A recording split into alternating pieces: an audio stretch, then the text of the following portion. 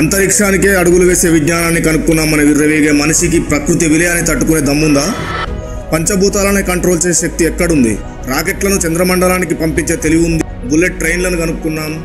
Artificial ఇంటెలిజెన్స్నే పుట్టించినాం. ఇక మనకు మన తరాలకు డోకా లేదు అనే భ్రమలో ఉన్న మానవ సమాజం టెక్నాలజీ, అభివృద్ధి, లగ్జరీ లైఫ్ స్టైల్ అనే చట్రంలో పడి తిండి పెట్టే మట్టిని, తాగే నీటిని, పీల్చే గాలిని సర్వనాశనం చేస్తున్నాం. పంచభూతాలు పగబట్టి విరుచుకుపడ్డనాడు ఆ ప్రళయాన్ని తట్టుకునే కనీసం ముట్టుకునే శక్తి ఏ టెక్నాలజీకి లేదు. ఇప్పటికే మనం తినే తిండి, తాగే నీళ్లు, ఆఖరికి పీల్చే గాలి కూడా కృత్రిమ రసాయనాల కుప్ప. ఆహార పదార్థాలను, కూరగాయలు ఏసీల్లో పెట్టి అమ్ముకునే స్థాయికి దిగజారినప్పుడు, తాగే నీళ్లను కూడా ఏ బ్రాండ్ అని చూసి కొనుక్కొని తాగే దుస్థితికి దిగజారినప్పుడు, ఆక్సిజన్ సిలిండర్లను ఇంట్లో పెట్టుకుని గాలిని కొనిపీల్చే దరిద్రమైన స్థాయిలో ఉన్న మనం ఎందులో అభివృద్ధి చెందినట్టు? పుట్టే పిల్లలకే షుగర్, క్యాన్సర్, అనేక రకాలైన ఆరోగ్య సమస్యలతో కొట్టుమిట్టాడే భయంకరమైన బ్రతుకులు మనవి. భవిష్యత్ తరాలు బాగుండాలన్నా, కనీసం రేపు మన పిల్లలు బ్రతకాలన్నా కావాల్సింది ఏ టెక్నాలజీ కాదు, పంచభూతాలు పైలంగా ఉండి ప్రకృతి పచ్చగా ఉంటే మనిషి బ్రతకడానికి కావలసినవి అన్నీ ఉన్నట్టే. భవిష్యత్ తరాలకు మనం ఇచ్చే అతి పెద్ద ఆస్తి స్వచ్ఛమైన, సహజ సిద్ధమైన ప్రకృతి పంచభూతాలే. బ్రతకడానికి అవకాశం లేని పరిస్థితులు ఉన్నప్పుడు కార్లు, బంగ్లాలు, కృత్రిమ అభివృద్ధి ఎంత జరిగినా పూజకు పనికిరాని పువ్వులే. ఇప్పటికే పట్టణ ప్రాంతాల్లో ఎయిర్ క్వాలిటీ ఇండెక్స్ రోజు రోజుకు పెరిగిపోతూ ఉంది. హైదరాబాద్లోని కొన్ని ప్రాంతాల్లో 300 వరకు ఉన్నట్టు అంచనా. పరిశ్రమల నుంచి వెలువడే విషవాయువులను, వాహనాల నుంచి వెలువడే పొగను పీల్చుకొని మనిషికి ప్రాణవాయువును ఇచ్చే గొప్ప గుణం కలిగి ఉంది వృక్షం.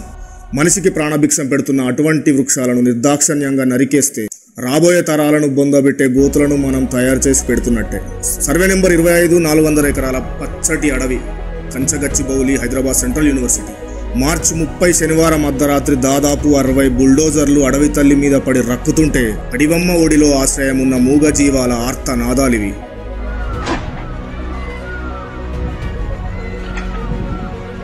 ఏండ్ల చరిత్ర కలిగి లక్షల జీవితాల ఆయువుకు వాయువులు దిన వృక్షరాజులు నిట్ట నిలువుగా కూలుతున్న దృశ్యాలివి.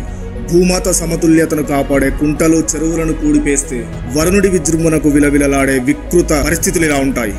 కృత్రిమ మేడలు కట్టి రోడ్లు వేసి అభివృద్ధి చేస్తే 40,000 కోట్ల పెట్టుబడులు వస్తాయి, ఉద్యోగాలు వస్తాయంటే తర్వాత 4 లక్షల కోట్లు పెట్టినా సృష్టించలేని ప్రకృతి సంపద సంగతి ఏంది?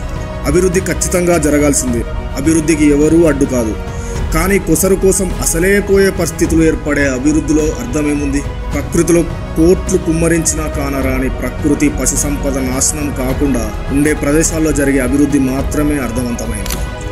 రాబోయే రోజుల్లో కాబోయే కలెక్టర్లు, మంత్రులు, శాస్త్రవేత్తలు, విజ్ఞానవంతులు, మేధావులు HCU విద్యార్థుల రూపంలో ఉన్నారు కాబట్టే రాబోయే తరాల భవిష్యత్ అగమ్య గోచరం కాకుండా 400 ఎకరాల బయోడైవర్సిటీని కాపాడేందుకు అడ్డంగా నిలబడ్డారు. స్థానికులకే విద్యా, ఉద్యోగ అవకాశాల్లో ప్రాధాన్యత ఉండే విధంగా నిజాం కాలంలో రూపొందించిన ముల్కీ నిబంధనలు 1956లో ఆంధ్ర ప్రాంతం, తెలంగాణ ప్రాంతం కలిసి ఉమ్మడి ఆంధ్రప్రదేశ్గా అవతరించిన తర్వాత సరిగా అమలు జరగడం లేదని మొదలైందే తెలంగాణ తొలిదశ ఉద్యమం. 1969లో మొదలైన ఈ ఉద్యమ పరిణామాల వల్ల కోర్టు తెలంగాణ ప్రాంతానికి సానుకూలంగా స్పందించి ముల్కీ నిబంధనలను అమలు చేయాలని తీర్పునిస్తుంది. దీంతో 1971లో మాకు అన్యాయం జరుగుతుందని ఆంధ్ర ప్రాంతంలోని వారు జై ఆంధ్ర ఉద్యమాన్ని ప్రారంభిస్తారు. ఈ ఇరు ప్రాంతాల మధ్య సవ్యత కుదిర్చే ప్రక్రియలో భాగంగా అప్పటి ప్రధానమంత్రి ఇందిరాగాంధీ 6 పాయింట్ ఫార్ములా తీసుకువచ్చింది. ఈ 6 పాయింట్ ఫార్ములాలో భాగంగా హైదరాబాద్లో సెంట్రల్ యూనివర్సిటీ ఏర్పాటు చేసి అందరికీ సమాన విద్యా అవకాశాలు రావాలని 2300 ఎకరాల భూమిని కేటాయించింది. కానీ ఈ భూమిలోని పూర్తి భాగం HCU మీద ముటేషన్ అవ్వలేదు. రాష్ట్ర ప్రభుత్వం ఆధీనంలోనే ఉంది.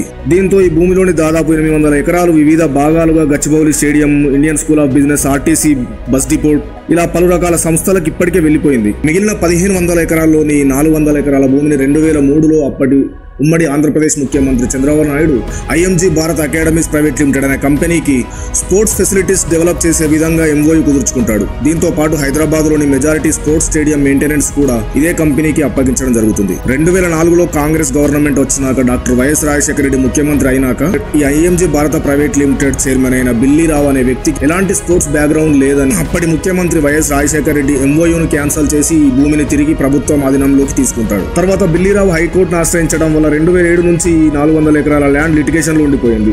17 సంవత్సరాల తర్వాత 2024లో ఈ భూమి రాష్ట్ర ప్రభుత్వానికి చెందుతుంది అని తీర్పు రావడంతో ఈ 400 ఎకరాల భూమి తెలంగాణ ఇండస్ట్రియల్ ఇన్ఫ్రాస్ట్రక్చర్ కార్పొరేషన్ కింద వేలం వేసి ప్రైవేట్ IT కంపెనీలకు అప్పగించడం ద్వారా రాష్ట్రానికి దాదాపు 30,000 కోట్ల ఆదాయం మరియు ఉద్యోగ అవకాశాలు కూడా వస్తాయని యూనివర్సిటీ ఆఫ్ హైదరాబాద్ హద్దులు కేటాయించి ఈ 400 ఎకరాలలో నిర్మాణమై ఉన్న బయోడైవర్సిటీని ధ్వంసం చేసి అద్దాల మేడలు రోడ్లు వేసే ప్రక్రియలో భాగంగా మార్చి 30 రాత్రి జరిగిన ఘటనకు ఎస్సీయూ విద్యార్థులు తమ ప్రాణాలను తెగించి అడ్డు నిలబడ్డారు. 1 కోటి పైన జనాభా ఉన్న హైదరాబాద్ నగరానికి ఆక్సిజన్ అందించే ముఖ్యమైన ప్రదేశమే ఈ కంచగచ్చిబౌలిలోని 400 ఎకరాల అడవి ప్రాంతం. ఇలాంటి ప్రాంతాలను కూడా ధ్వంసం చేస్తే హైదరాబాద్లో కూడా ఇంట్లో ఆక్సిజన్ సిలిండర్లు పెట్టుకుని గాలిని కొనుక్కునే పరిస్థితులు అతి దగ్గరలోనే ఉంటాయి.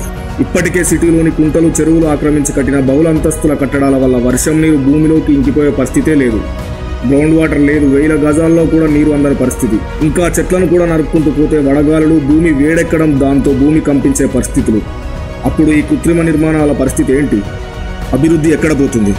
ఏది ఏమైనా మానవాళి మనుగడకు ప్రధాన కారణమైన ప్రకృతిని, పర్యావరణాన్ని సత్యనాశనం చేసి జరిగే అభివృద్ధి ఎవరు చేసినా అక్షరాల అర్ధరహితం. ఈ వీడియో చూస్తున్న ప్రతి ఒక్కరూ ఈ వీడియోని షేర్ చేసి పంచభూతాల ప్రమేయం లేని మనిషి జీవితం శూన్యమని తెలియజేసి ప్రకృతిని కాపాడుకోవడం మనందరి బాధ్యత అని గుర్తు చేయండి.